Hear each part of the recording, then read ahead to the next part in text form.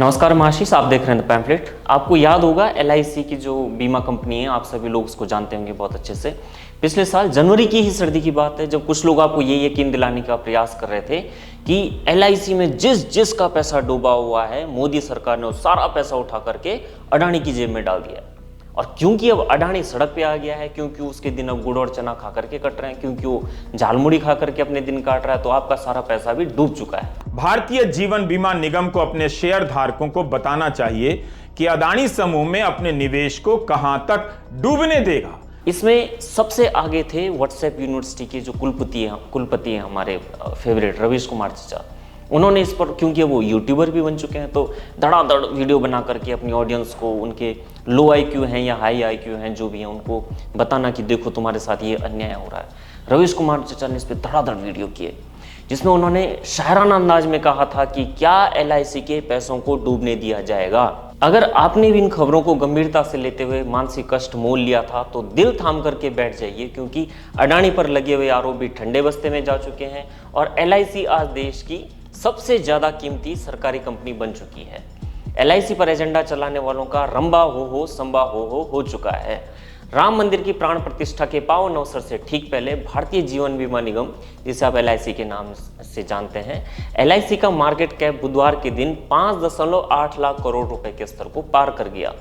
Company के share 52 सप्ताह के उच्चतम स्तर पर 919.45 रुपए प्रति शेयर के भाव को छू गए। इसी के साथ ये सरकारी बीमा कंपनी यानी एलआईसी मार्केट कैप के मामले में state bank of India SBI को भी पीछे छोड़ते हुए अब देश की सबसे मूल्यवान पीएसयू बन गई है।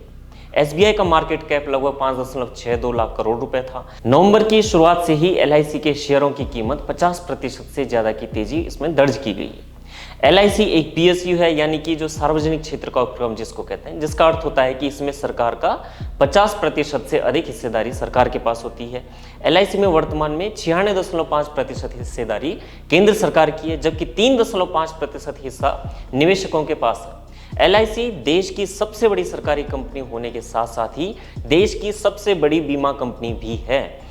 जब ये शोर शुरू हुआ था तब एलआईसी के जो मार्केट कैप को जो प्रोपेगेंडा किया जा रहा था, तो जो मार्केट कैप को मई 2022 से कोट किया जा रहा था, जबकि मई 2022 में यह शेयर बाजार में सूचीबद्ध हुई थी, लिस्टेड होना जिसको कहते हैं।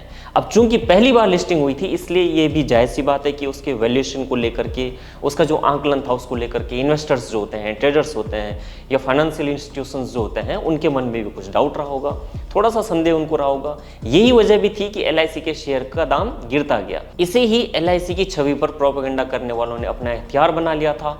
यानी आप जिन पत्रकारों पर यकीन करते हैं उन्हें आप पर आपसे भी ज्यादा यकीन है कि आपको अपनी कोई भी जानकारी नहीं है, दुनिया जहान की आपको अपनी कोई जानकारी नहीं है। जो रवीश कुमार जैसे लोग यूट्यूब पर आकर के आपको उड़ेल करके आपको उगल करके दे देते हैं, वही आपका ब्रह्म सत्य बन जाता है।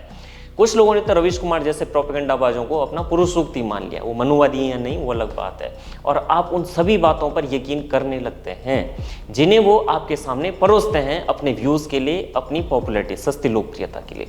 वर्तमान में इसके 25 करोड़ पॉलिसी धारक हैं एलआईसी के। एलआईसी की ये बढ़त इसलिए महत्वपूर्ण है क्योंकि ठीक साल भर पहले यानी जनवरी 2023 में कांग्रेसी इकोसिस्टम ने एलआईसी पर आरोप लगाए थे कि एलआईसी अडानी के शेयर खरीद रही है, और कहा कि अडानी के समूह में पैसा लगने के कारण ही एलआईसी को नुकसान हो गया है। मोटा मोटी अगर आसान भाषा में इसको समझें तो इसका कांग्रेस ने आरोप इस तरह से लगाया था कि केंद्र सरकार एलआईसी से पैसा ले रही है और अडानी की जेब में डाल रही है। कांग्रेस ने मई 2023 में यह भी कहा था कि अडानी में निवेश के कारण एलआईसी का मार्केट कैप घट रहा है। उस वक्त एलआईसी का मार्केट कैप लगभग 3.7 लाख करोड़ रुपए था। जिन यूट्यूबर पत्रकारों ने इस खबर को चलाया था, अडानी और एलआईसी के नाम पर उन्होंने जम करके व्यूज भी कमाए थे। यानी वो भी जानते हैं कि अडानी का मतलब नुकसान तो बिल्कुल भी नहीं है। अडानी के शेयर गिरने की वजह से उस टाइम जो अमेरिकी शॉर्ट सेलर, आपने हिंडनबर्ग का नाम सुना होगा, उसकी रिपोर्ट में जो आरोप लगे थे वो उसकी वजह से उसके दाम घट गए थे, उसके शेयर जो थे वो नुकसान में थे, लेकिन वो शॉर्ट टर्म था। जबकि एलआईसी सिर्फ अडानी से ही नहीं बल्कि देश की अन्य नामी कंपनियों में भी पैसा लगाती है, ताकि जिन लोगों ने एलआईसी में निवेश किया है उन्हें इसके अच्छे नतीजे मिले।